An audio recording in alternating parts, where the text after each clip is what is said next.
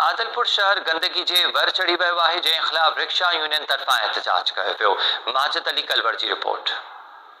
जी नाज़रीन, मौजूद आहियूं आदलपुर टाउन कमेटी अॻियां, जिते रक्षा यूनियन जे अॻुवान पारां शहर में गंदगी जे हवाले सां एहतजाजी मुज़ाहिरो कयो आहे। अचो त मौजूद रक्षा यूनियन जे अॻुवाननि सां जेके हिते मौजूद आहिनि, जेके टाउन कमेटी अॻियां एहतजाज कनि पिया, हिन सां ॻाल्हि ॿोल कयूं त हुनजो छा चवणु आहे। मसइलो त इहो आहे, धमजरो सां रक्षा आॾे ते गंद पियो आहे ॾाढो।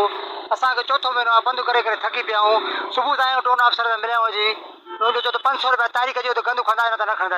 हर महीने बजट अचे 20 लख 25 लख खाजो वञनि था, कोई असांखे टोन ऑफिस जो फ़ाइदो न आहे। रोज़ बंदि करे थकी वरी सो गंदगी केतिरी पई धमजरो सां। ॿ स्कूल नंढा ॿार पढ़नि था, हर माण्हू रोज़ वारे धुप केॾी असां रोज़ में बीठा हुजा, असां वॾो तकलीफ़ में आहियूं। 4 महीना थी विया आहिनि, ज़रे घटि असां अॼु पंधु करे करे थकिजी पिया आहियूं। टीओ ऑफिस मिले वेही कोन थो, जंहिं महिल अचूं था तंहिं महिल टीओ आहे कोन। तमांजी रोड सां अचूं था, गंद ॾिसो आदलपुर शहर में त 2 स्कूल आहिनि, हिकु बिस्मिल्लाह स्कूल, हिकु ग्रीन स्कूल। नंढड़ा ॿार मासूम नियाणियूं उते अचनि था, पढ़नि था।